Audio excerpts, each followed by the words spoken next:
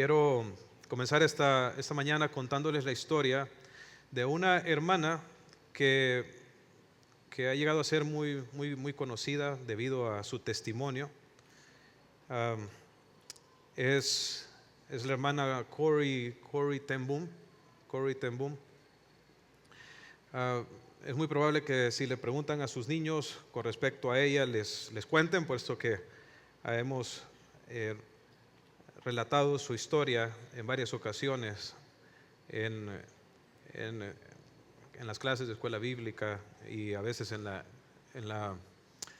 escuela bíblica vacacional.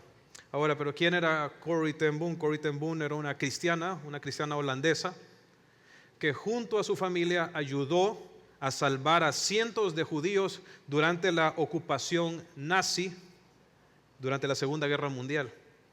La familia ten Boom escondía a las personas en su casa.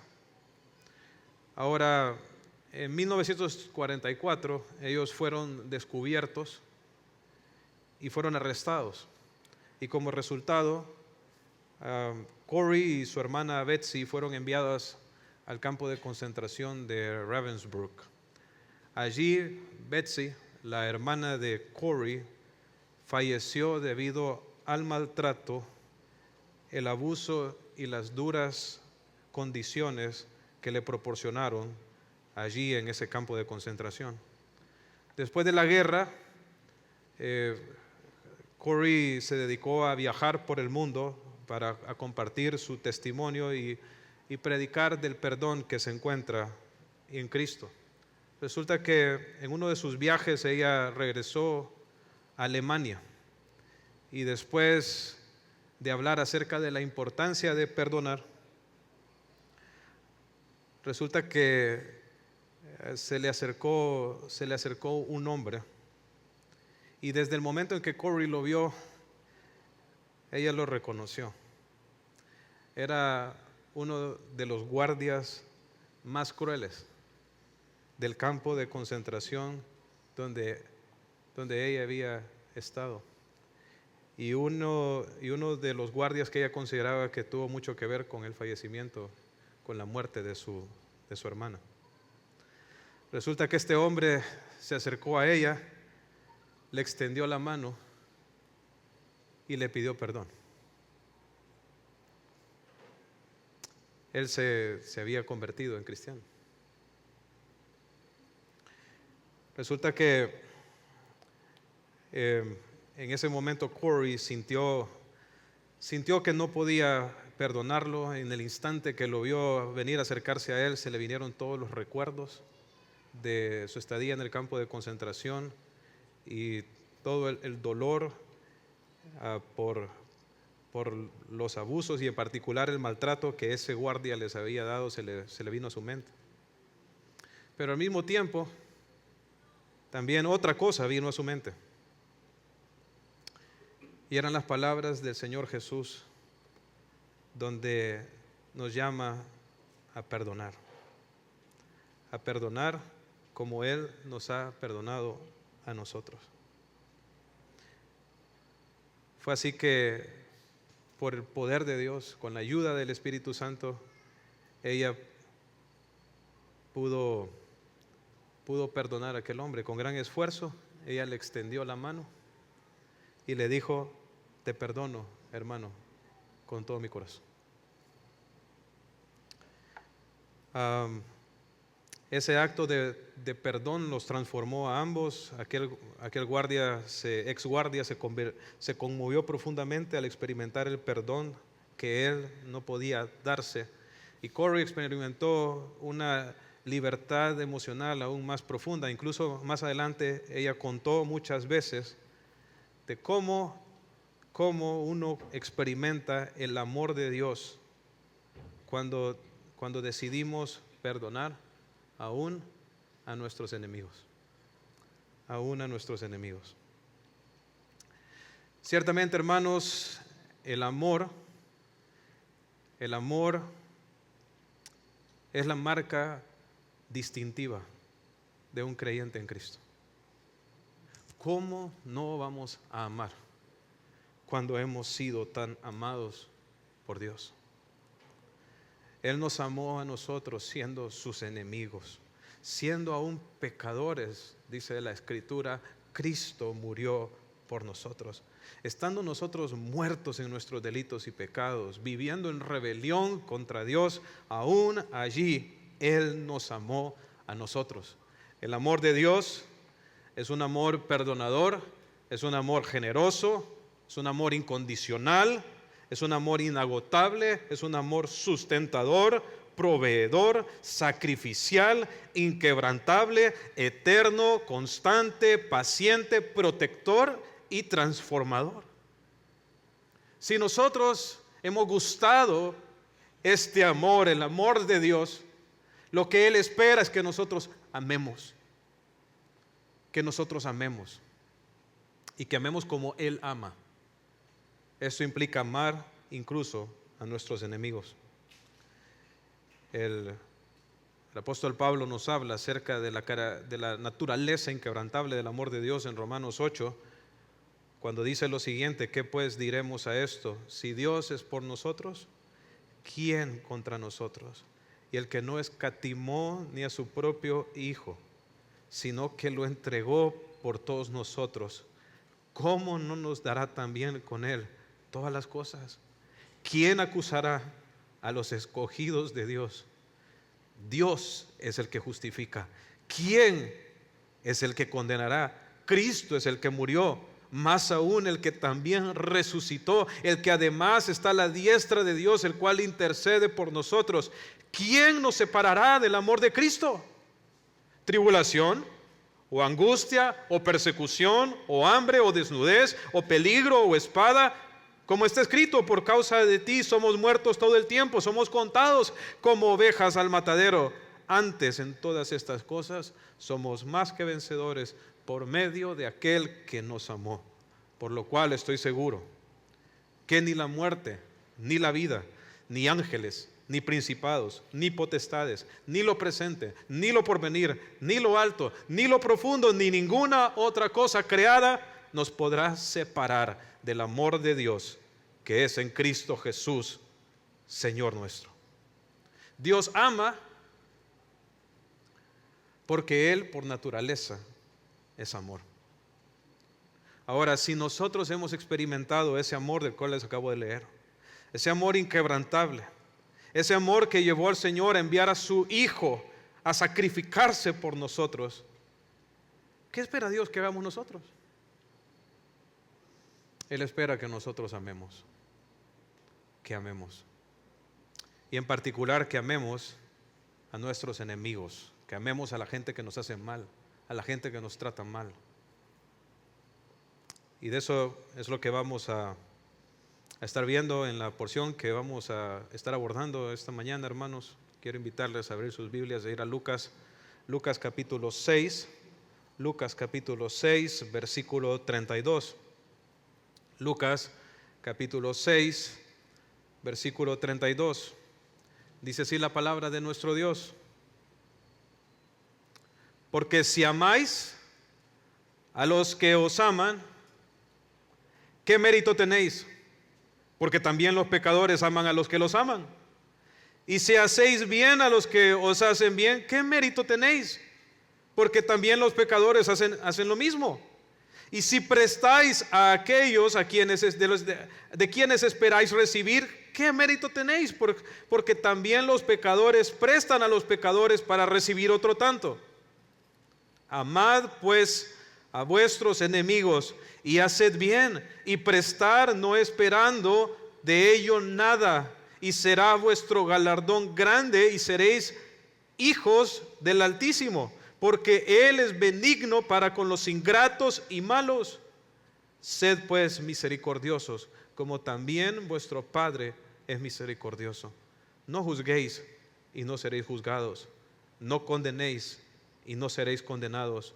Perdonad y seréis perdonados. Dad y se os dará medida buena, apretada, remecida y rebosando, darán en vuestro regazo, porque con la misma medida con la que medís, os volverán a medir. La porción que acabamos de leer, hermanos, está conectada con el texto que estuvimos examinando la semana pasada.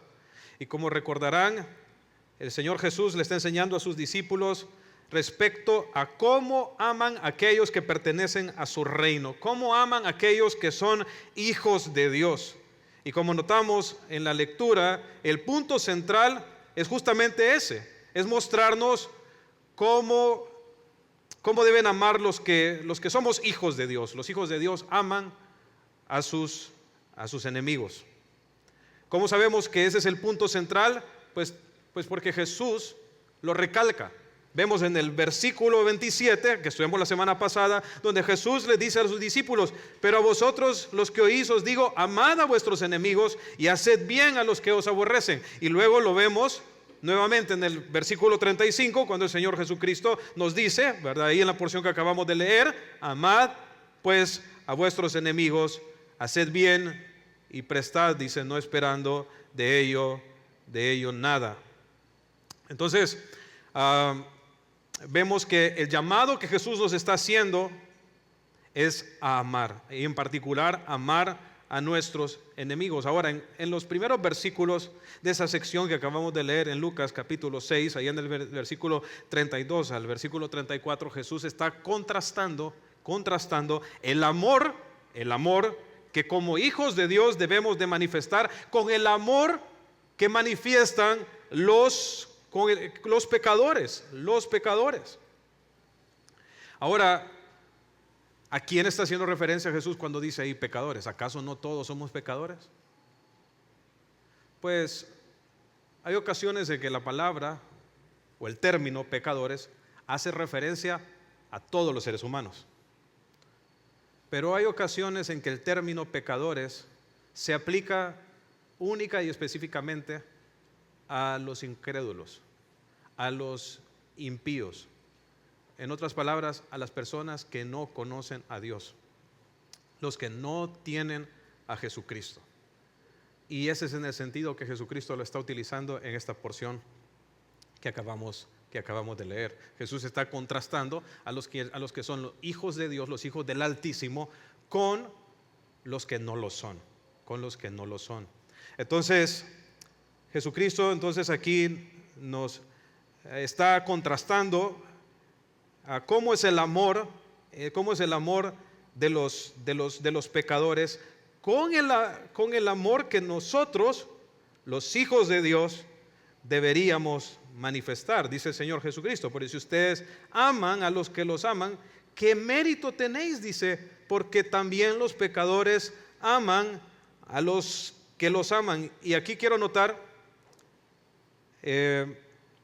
la palabra mérito, porque dice Jesús, ¿verdad? ¿Qué mérito tenéis? Creo que no es la mejor traducción de la palabra griega. La palabra griega, que en Reina Valera se traduce ahí como mérito, es la palabra caris, y caris es la palabra gracia. Gracia habla acerca de un don inmerecido. O sea, Jesús prácticamente lo que les está diciendo a ellos es que si ellos realmente han recibido la gracia de Dios en su vida, entonces ellos no pueden amar como los pecadores aman. Ellos son llamados a un estándar superior. Podríamos decir, ¿verdad? Poniéndolo en diferentes palabras, es como si Jesús les estuviera diciendo: ¿qué gracia demuestran? ¿Qué gracia demuestran tener cuando aman como los pecadores? ¿Qué transformación? ¿Qué diferencia? No hay nada excepcional, no hay nada extraordinario en amar a los que lo aman a uno. Si ustedes realmente gozan de la gracia de Dios, tienen la gracia de Dios, entonces ustedes deberían de amar de manera distinta. No pueden amar como aman el resto de las personas que, en particular los que no conocen a Dios. Los que no conocen a Dios. Y es que los impíos, ¿verdad? Los los pecadores, como dice el Señor Jesús acá, ellos aman, pero su amor está corrompido. El amor de los que no conocen a Dios siempre está contaminado por ambiciones egoístas. Ellos aman en tanto que tengan algún tipo o experimenten algún tipo de reciprocidad. Entonces ellos prestan, ¿verdad?, con la esperanza de que esa persona luego les devuelva el favor. Les devuelva el favor. Ahora, nosotros que hemos experimentado la gracia de Dios en nuestra vida, que hemos sido perdonados, no por nuestros méritos, sino por la misericordia, por la gracia de Dios, no podemos amar a ese nivel. Tenemos que amar como Dios ama. La pregunta es, ¿cómo ama Dios? ¿Cómo ama Dios? Y quisiera ilustrarlo con un texto en Mateo capítulo 5, versículo 44. En Mateo capítulo 5, versículo 44, es una cita paralela, dice así: pero yo os digo, es Jesús hablando, amad a vuestros enemigos, bendecid a los que os maldicen, haced bien a los que os aborrecen y orad por los que os ultrajan y os persiguen, para que seáis hijos de vuestro Padre que está en los cielos, el cual hace salir su sol sobre malos y buenos y hace llover sobre justos e injustos. Entonces, en ese texto que acabamos de leer, muy parecido al de Lucas, se nos manda a nosotros a imitar a Dios, a imitar el patrón de amor que encontramos en Dios. ¿Cómo muestra Dios su amor a los hombres? Según ese pasaje que acabamos de ver ahí. Dice que Dios hace salir, ¿qué? Su sol. No dice el sol. Hace salir su sol, porque ¿de quién es el sol?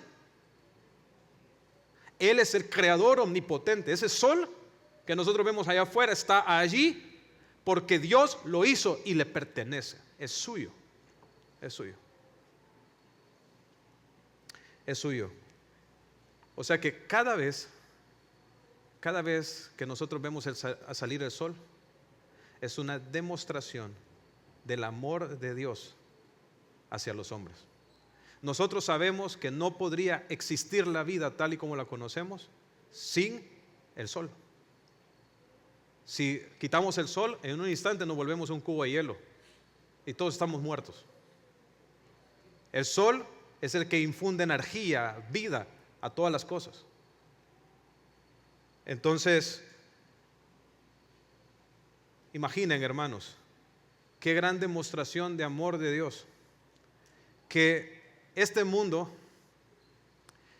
que está lleno de personas que son enemigos de Dios, gente atea que no cree en Dios, personas que blasfeman su nombre, que viven en rebelión contra Él, personas que no le adoran y probablemente nunca le adorarán. Y aún así, el Señor es tan bondadoso que hace que su sol los caliente.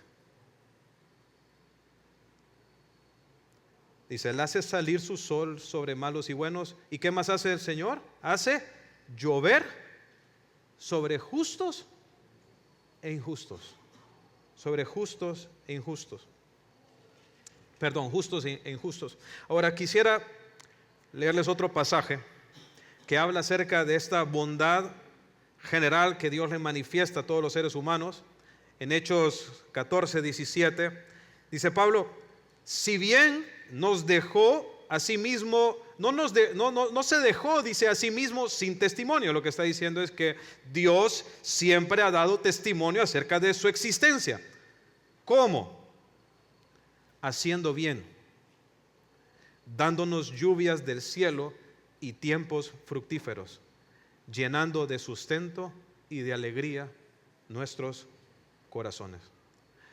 O sea que cada comida, cada risa, el poder reunirnos con nuestra familia, el poder comenzar un buen negocio, obtener un buen trabajo, disfrutar de una buena película o de unas vacaciones. Todo es una demostración del amor de Dios.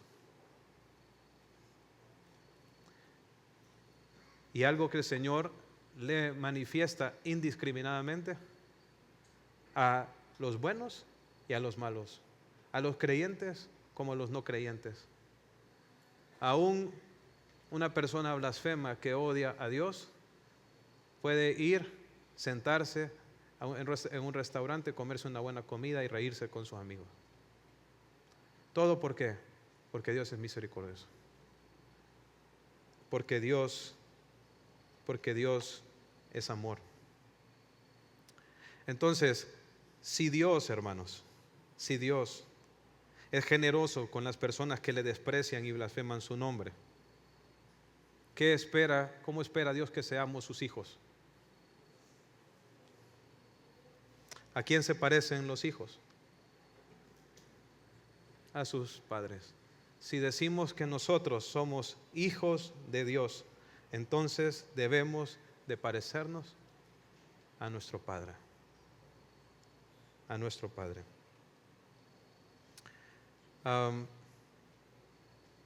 Pensemos un poco en nuestro Señor Jesucristo, porque Él revela perfectamente cómo es Dios. Y Él nos ejemplificó cómo es el amor constante de Dios hacia el hombre cuando Él vino y anduvo en medio de nosotros. Y hay muchas formas en que el Señor Jesucristo mostró su amor para los hombres, pero quisiera señalar una en particular. ¿Recuerdan cuando el Señor Jesucristo estaba en la cruz del Calvario? ¿Qué hizo Él allí en la cruz hacia aquellos que lo estaban crucificando? Hizo descender fuego del cielo y ya los fulminó a todos. No, ¿verdad? Oró por ellos. ¿Recuerdan las palabras del Señor Jesús cuando estaba ahí en la cruz? Jesús dijo: Padre, perdónalos, porque no saben lo que hacen. Te pregunto, hermano, ¿podrías orar así como Jesús? ¿Oras así por la gente que te está haciendo o te ha hecho daño? ¿Intercedes porque Dios los bendiga? De pronto tú me dices: pastor, pero eso está bien difícil, poner en práctica eso está bien difícil.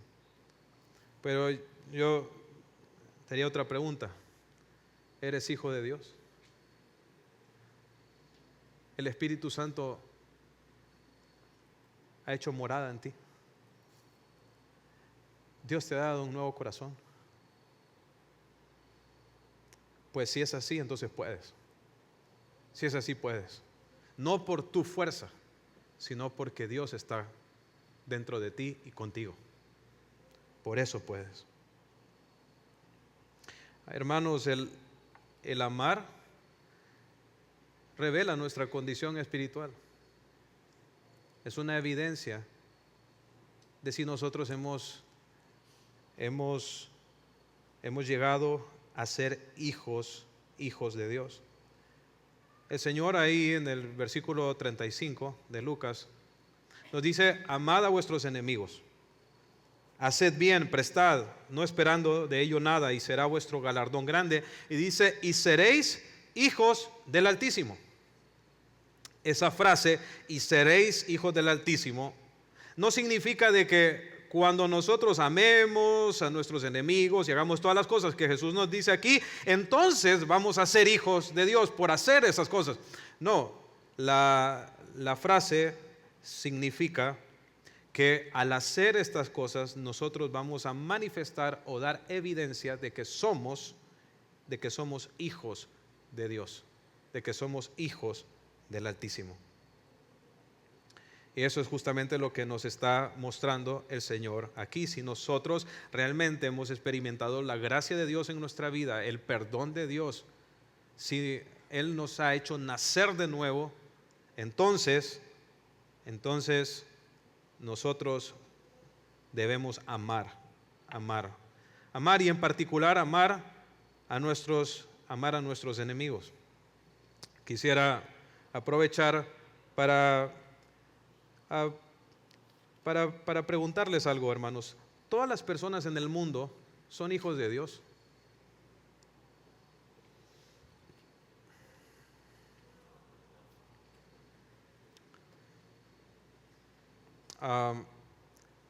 En un sentido, todos son hijos en el sentido que todos son creación de Dios. Pero no todos son hijos en el sentido que gozan de una amistad y una relación de salvación. Creo que el ejemplo perfecto de esto lo podemos ver en Juan capítulo 1, versículo 12.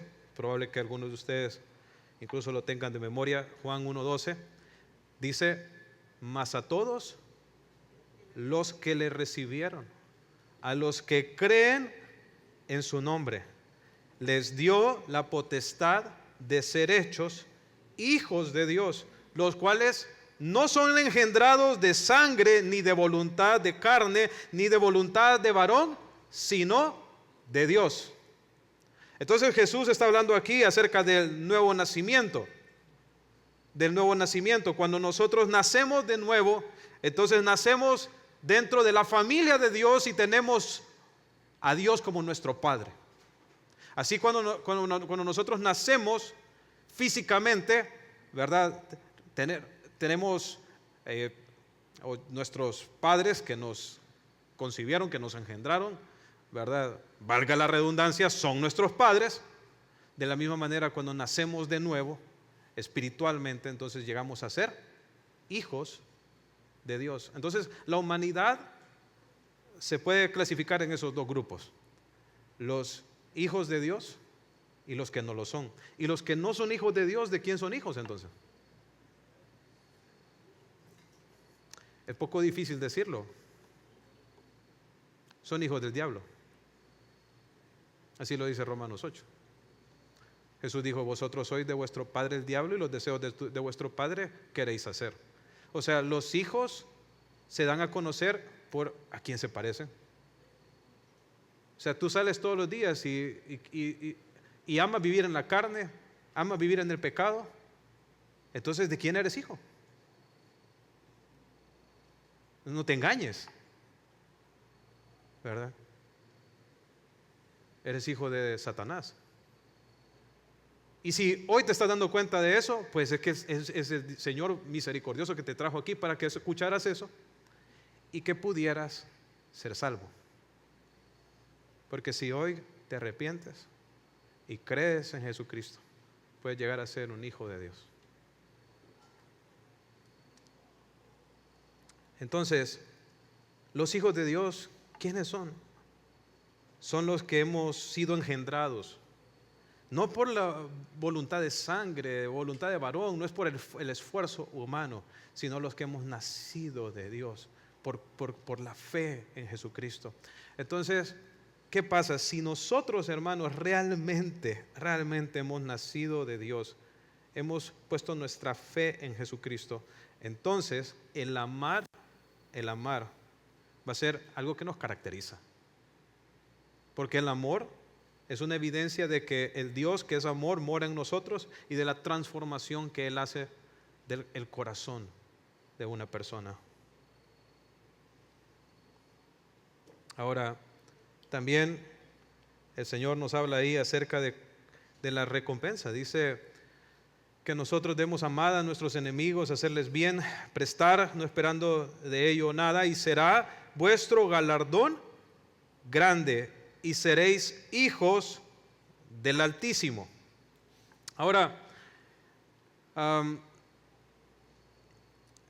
cuando pensamos en el galardón al que está haciendo mención aquí el Señor Jesucristo, podríamos pensar que está hablando de un galardón que vamos a recibir en los cielos. Sin embargo, anteriormente, en las bienaventuranzas, el Señor promete un galardón grande en los cielos para los que sufren persecución por causa de la justicia. Y Jesús señala claramente que su galardón va a ser grande en los cielos. Pero aquí Jesús no añade los cielos, sino dice su galardón será grande. ¿Y cuál es el galardón que va a recibir una persona que ama a sus enemigos? Quiero dejar claro que cualquier acto de obediencia que nosotros hagamos para el Señor va a recibir su recompensa. Va a recibir su recompensa. Pero aquí Jesucristo está hablando de un tipo de recompensa que se recibe aquí. ¿Cuál es esa recompensa? Lo vemos ahí en el final o en el final del versículo 35. Y seréis hijos del Altísimo. ¿Cuál es la recompensa? La recompensa es que nosotros podemos reflejar el carácter de Dios. Dice, porque Él es benigno para con los ingratos y malos. Y luego dice el 36, sed pues misericordiosos como también vuestro Padre es misericordioso. ¿Cuál es ese galardón grande? Es la bendición de poder reflejar al mundo que somos hijos de Dios y a través de nuestro testimonio, dar a conocer cómo es Dios, cómo es el carácter de Dios. Saben, lo natural para los seres humanos es vivir en un círculo de venganza, es hacerle mal a la gente que te hace mal. O sea, es aborrecer a los que te aborrecen. O sea, esa es la moral, esa es la manera de vivir de los que no conocen a Dios. Pero cuando viene alguien y hace bien a los que le hacen mal, cuando perdona a alguien que no merece ser perdonado, a alguien que te ofende, cuando le compartes y le das a tu enemigo, a una persona que te hiere todo el tiempo, una persona que te odia, entonces realmente eso da a conocer que la fuente de tu amor no es de este mundo, es sobrenatural, que viene de Dios y nos permite, por medio de la manifestación de este amor, dar a conocer quién es Dios, cómo es Dios, un Dios bondadoso, un Dios misericordioso, pero también un Dios grande. Mire que bien interesante que dice el texto, y seréis hijos de quién, dice el texto de Lucas. No dice hijos de Dios, hijos de quién, hijos del Altísimo. Por supuesto sabemos que el Altísimo es Dios, pero ¿por qué usa el atributo de Dios Altísimo Jesús aquí? Jesús no desperdicia ni una palabra, hermanos. ¿Por qué Jesús, cuando menciona a Dios aquí, lo hace como el Altísimo? El Altísimo habla acerca de la posición exaltada de Dios como soberano gobernador de todo el universo. Habla acerca de la posición exaltada que tiene Dios como creador y Señor de todo. Apunta al hecho de que Él es el Rey de Reyes y es el Señor de Señores. Ahora, ¿cómo es que el amar a nuestros enemigos y hacerle bien a la gente que nos hace mal, apunta a este atributo de Dios? Porque la verdad es que todo el tiempo,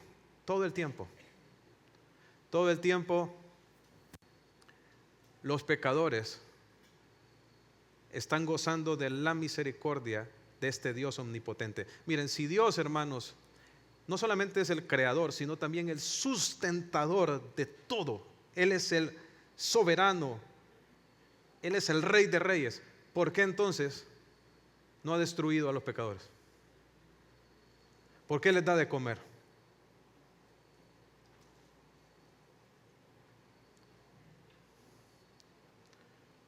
Porque Él es misericordioso. Jesucristo, hermanos, en su encarnación, Él nos reveló perfectamente cómo es Dios. Y quisiera recordarles un evento en la vida del Señor Jesucristo donde nos revela cómo es el carácter de Dios. Ahí en Juan capítulo 13, en el versículo 3. Este relato, este evento ocurre unas cuantas horas antes de que el Señor Jesucristo muera en la cruz del Calvario. Él está en la última cena con sus apóstoles. Y todos se sentaron a la mesa. Seguro todos venían con los pies sucios, ¿verdad? Por las calles empedradas, calles de tierra, y que usaban sandalias. Como una forma de mostrar hospitalidad, generalmente las personas que recibían visitas ponían al esclavo de la casa a que lavara los pies. Y si habían varios esclavos, entonces era el esclavo de menor rango el que iba a lavar los pies, porque era considerada la tarea más humillante y la más desagradable. Pues llegan, se sienta Jesús con sus discípulos y ninguno de sus discípulos está pensando en lavarle los pies a sus hermanos, peor a Jesús. Más bien están peleando quién va a ser el primero en el reino de Cristo.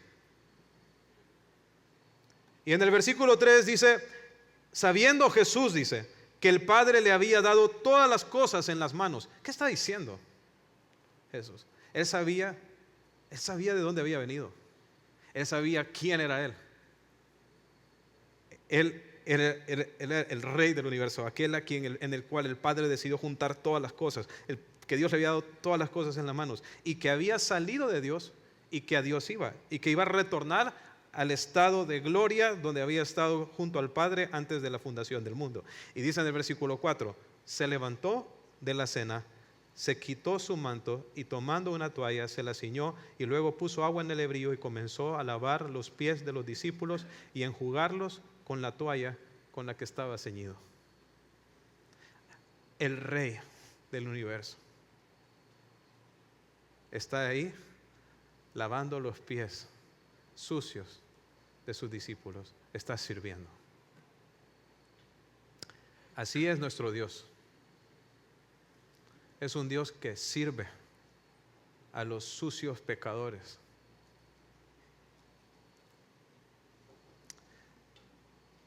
Luego dice Jesús, unos versículos adelante, vosotros me llamáis maestro y señor y decís bien porque lo soy. Pues si yo, el Señor y maestro, he lavado vuestros pies, vosotros también debéis lavaros los pies unos a otros. Si yo, el Señor, yo el Rey, les he lavado los pies.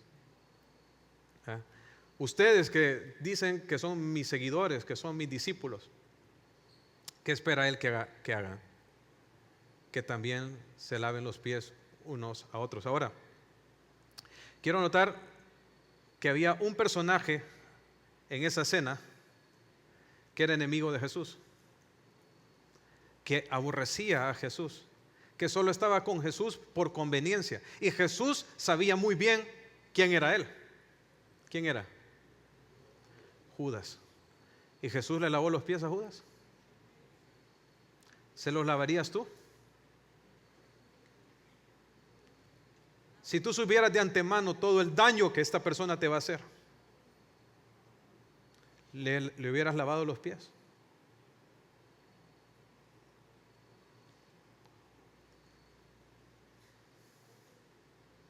O como dijo el pastor Luis, le hubieran orado para que le descienda fuego del cielo, ya ahí quede Judas. No, se dan cuenta, hermanos.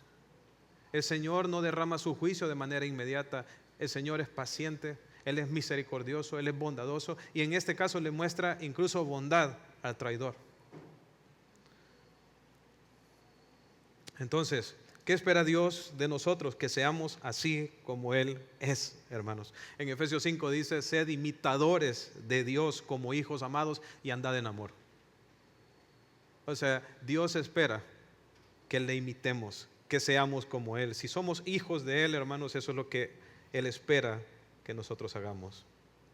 Ahora el Señor acá nos muestra formas bien prácticas en que nosotros podemos mostrar este amor a nuestros enemigos. En el versículo 37, volviendo a Lucas 6, dice, no juzguéis y no seréis juzgados, no condenéis y no seréis condenados, perdonad y seréis perdonados, dad y se os dará medida buena, apretada, remecida, rebosando, darán en vuestro regazo, porque con la misma medida con que medís, os volverán a medir.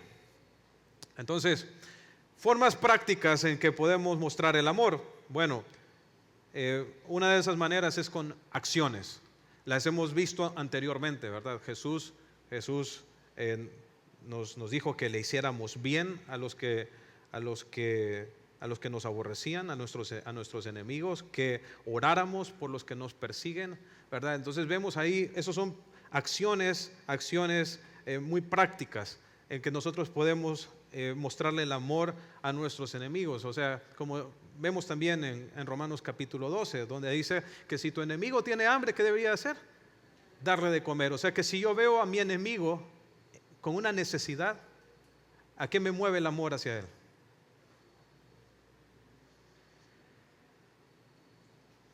A hacerle bien, a suplir esa necesidad.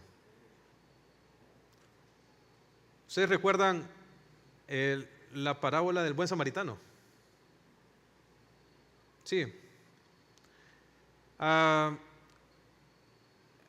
hombre que estaba ahí tirado, que fue robado, lo ignoraron.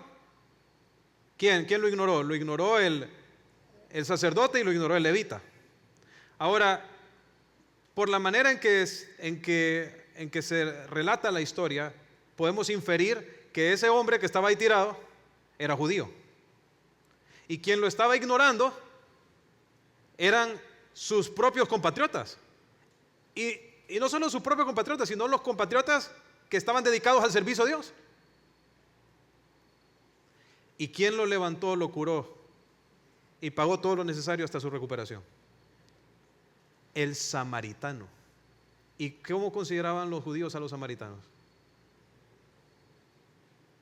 Sus enemigos. De hecho, ¿sabían que los judíos reemplazaron ciertos insultos con la palabra samaritano? O sea, que a uno le dijeran samaritano era como que lo estuvieran insultando. ¿Saben qué es lo que vemos nosotros en el samaritano? Un amor hacia sus enemigos. Este es un hombre que está tirado ahí en el piso, pero es un hombre de un pueblo que lo menosprecia, que lo aborrece, que habían hecho un camino para no cruzarse con ellos. Y sin embargo, Él viene, lo recoge y hace todo lo necesario para que se ponga bien. Eso es amor al prójimo, y eso es el amor que nosotros debemos de manifestar a nuestros enemigos. Es práctico, muy práctico.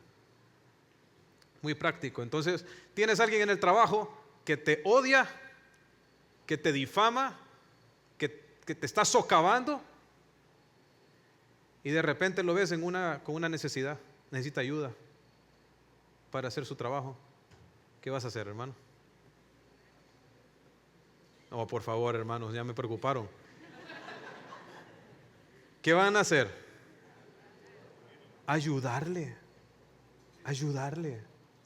Eso da testimonio de que somos hijos de Dios, que somos diferentes, que hemos recibido la gracia de Dios en nuestra vida. Ahora, pero también mostramos el amor en el trato. Dice el texto, no juzguéis y no seréis juzgados. ¿Cuál es la idea de juzgar aquí? Juzgar en un sentido de hostilidad, de crítica, de de falta de compasión hacia la persona. No está hablando acerca de no discernir, ¿verdad? O sea, hay personas que piensan que si uno señala con una práctica o un acto como equivocado, como malo, ya está juzgando, ¿verdad? Que si uno le dice a alguien, ¿verdad? No, mira, no está bien lo que estás haciendo, entonces no me juzgues. La Biblia dice que no me tienes que juzgar, dicen algunos. Y piensan que el discernir que algo está malo, incluso amonestar el pecado, el mal, piensan que es esto de lo que estamos hablando aquí, pero no es así. O sea, de hecho, cuando nosotros predicamos el Evangelio, tenemos que confrontar el pecado de las personas. Ahora bien, ¿a qué tipo de juicio se está refiriendo aquí? Se está refiriendo a un juicio que es llevado a cabo sin misericordia, con el estricto propósito de criticar y de señalar. O sea, yo le puedo decir a una persona hacer que esté equivocado, pero debo de decírselo con amor. Y si esta persona no es creyente, la meta no es solo señalarlo, sino que mostrarle que hay esperanza en Cristo, que él puede ser perdonado, que puede ser limpiado, que puede tener una vida nueva. Yo estoy seguro que si ustedes vienen aquí a la iglesia van a escuchar en muchas ocasiones una predicación en contra del pecado, pero nosotros no predicamos en contra del pecado simplemente para que ustedes se sientan mal. O sea, predicamos del pecado porque el pecado es lo peor que puede haber, nos separa de Dios, pero también predicamos que en Jesucristo hay perdón y hay salvación. Que en Jesucristo hay esperanza. Sí hablamos de las malas noticias, pero también de las buenas. Entonces la idea aquí de no juzgar es no tener un espíritu crítico, es no ser duro con el pecador, es un juicio que no tiene compasión. Lo otro es no condenéis, es muy similar, y la idea de condenar aquí es lo opuesto a lo que vimos anteriormente. En el versículo 28, acá mismo en Lucas 6, Jesús le dijo a sus discípulos: bendecid a los que os maldicen, oren por los que los calumnian. En otras palabras, Jesús les está diciendo a sus discípulos: ustedes no se conviertan en jueces, ni pronuncien juicio sobre ellos, sino que en lugar de eso, ustedes deben de bendecirlos, desear el bien, orar por ellos. O sea que yo puedo ver y discernir el pecado en la vida de las personas, pero en vez de pedirle al Señor, Señor, que sea juzgado, que le caiga todo el peso de tu ley, oro lo opuesto: Señor, ten misericordia, que Él te llegue a conocer. Yo sé que Él actúa de esa manera porque no te conoce. Extiéndele tu misericordia. Esa es la idea de no condenar. Nosotros no debemos de andar condenando a la gente. Usted va a ir al infierno, hijo del diablo. O sea, no es eso. O sea, es lo opuesto, hermanos. Deseo realmente, genuinamente, que Dios te bendiga, que Dios te tenga misericordia, que Dios te perdone, así como nuestro Señor Jesús, ¿verdad? Padre, perdónalos porque no saben lo que hacen. ¿Y qué hizo Esteban? Aquel discípulo de Jesús, el primer mártir. ¿Recuerdan? Lo estaban apedreando. ¿Y por qué lo estaban apedreando? Porque él les estaba predicando el Evangelio, estaba confrontando la dureza de su corazón. Mientras lo estaban apedreando, ¿qué estaba haciendo Esteban? Orando por ellos en imitación de su maestro. ¿Y qué oraba? Padre, no les tomes en cuenta este pecado. ¿Te puedes imaginar, hermano, estar sintiendo cómo las piedras te golpean en el cuerpo? El dolor que te causa. Te están quitando la vida y es gente enardecida y lo están haciendo por procurar tú el bien de ellos. Y en lugar de insultarlos, les dice, oras a Dios y dice: Padre, no les tomes en cuenta esto.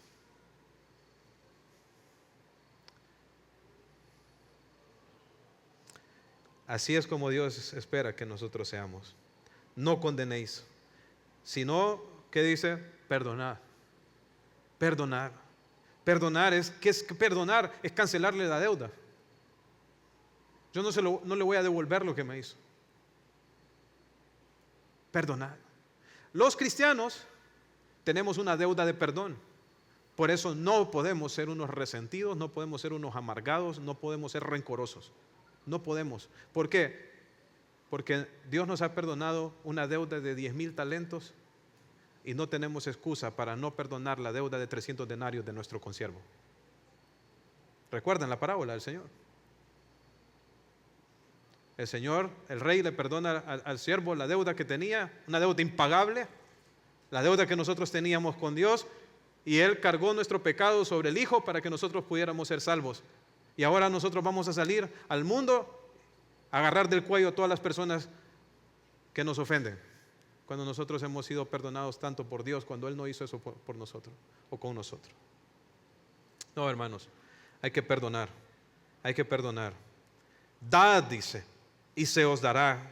¿Cuál es la idea? Que tenemos que ser generosos. Es lo que hablábamos, ¿verdad? Si mi enemigo tiene una necesidad, entonces yo le voy a dar. ¿Y qué dice el Señor? Y se os dará. Y dice medida buena, apretada, remecida y rebosando. Los judíos, cuando querían calcular la medida de grano, venían y tomaban una canasta, la ponían, se sentaban, la ponían entre sus piernas, la llenaban 3/4 y empezaban a sacudirla para que se compactara el grano, se fuera el aire, ¿verdad? Entonces empezaba a reducir. Entonces cuando ya empezaba a bajar, entonces le ponían más grano, luego volvían así, le daban un par de sacudidas y luego se bajaba de nuevo. Y luego venían ellos y volvían a llenar y luego le ponían las manos y la apretaban y hacían un pequeño agujero para darle aún más presión y dejar aquella canasta bien compactada de grano. Eso es lo que el Señor nos promete a nosotros cuando nosotros somos generosos. Es ser bendecidos hasta rebosar, bendecidos hasta rebalsar. Hermanos, es que a veces nosotros pensamos al revés. Nosotros pensamos que vamos a ganar haciendo el mal, devolviéndole a la gente el mismo trato que nos dan a nosotros. Pero ¿qué dice Romanos? ¿Qué dice Romanos capítulo 12? Dice, si tu enemigo tiene hambre, dale de comer. Y si tiene sed, dale beber. Porque haciendo esto, dice, ascuas de fuego amontonarás sobre su cabeza. ¿Y qué dice el siguiente texto? No seas vencido de lo malo, sino vence con el bien el mal. O sea, nosotros, hermanos, estamos en el negocio de la victoria, pero la victoria no se gana haciendo el mal. Cuando nosotros le hacemos el bien a los que nos hacen mal, es como que les pusiéramos un peso sobre los hombros, una carga que en última instancia los lleve al arrepentimiento. Por eso el Señor le dice a las esposas, ¿verdad? Esposa, estás casada con un hombre que es duro, agrio, difícil. Hazle bien. Gánatelo por tu ejemplo. Que le hagas tanto bien, que él al final se humille delante de Dios e invoque a Dios y diga, realmente Dios es real porque lo veo en mi mujer. Y así en cada contexto, en nuestra familia, en el trabajo, donde sea que estamos, hermanos. Saben, si nosotros no hacemos esto, el Señor dice que vamos a ser juzgados. O sea, si nosotros andamos de criticones y señalando, pues nos van a criticar a nosotros. Si nosotros andamos condenando a las personas, entonces eso es lo que vamos a recibir. Si no perdonamos, pues vamos a generar mucho resentimiento en las personas que están a nuestro alrededor y nos vamos a perder la bendición de experimentar la generosidad de Dios cuando nosotros damos sin esperar nada a cambio. Hermanos, quiero concluir haciendo referencia nuevamente a este texto del cual les hice mención hace un momento, a Romanos 12. En Romanos 12, desde el versículo 17, dice: no paguéis a nadie mal por mal. Procurad lo bueno delante de todos los hombres. Si es posible, en cuanto dependa de vosotros, estad en paz con todos los hombres. No se venguen vosotros, hermanos míos, amados, sino dejad lugar a la ira de Dios, porque escrito está: mía es la venganza, yo pagaré, dice el Señor. Así que si tu enemigo tuviere hambre, dale de comer; si tuviere sed, dale de beber, pues haciendo esto, ascuas de fuego amontonarás sobre su cabeza. No seas vencido de lo malo, sino vence con el bien el mal. Vamos a orar. Señor, nuestro Dios, gracias por amarnos en la manera en que lo has hecho. Gracias por enviar a tu único Hijo en sacrificio por nuestros pecados. Gracias por tu paciencia con nosotros. Gracias porque hemos gozado tanto de tu misericordia, Señor, que nos pudimos levantar el día de hoy, venir a este lugar. Gracias porque nos permite sonreír, gozar de la bendición, de la amistad. Gracias, Señor, por derramar tan abundantemente tu misericordia sobre nosotros, Señor, y gracias por concedernos la misericordia más grande que un ser humano puede recibir, que es la salvación de su alma, Señor. Ahora, Señor, siendo nosotros el objeto de tanto amor de tu mano, Señor, ayúdanos a darlo a los demás, especialmente a los enemigos, aquellos que nos odian, y que podamos demostrar por medio de ese amor que tú estás con nosotros, que tú nos has salvado, que tu Espíritu, Señor, mora en nosotros. Que esta iglesia se caracterice por el amor que nos tenemos los unos a los otros y el amor que manifestamos al mundo que nos rodea. Te lo ruego, Señor, en el nombre de Jesús. Amén.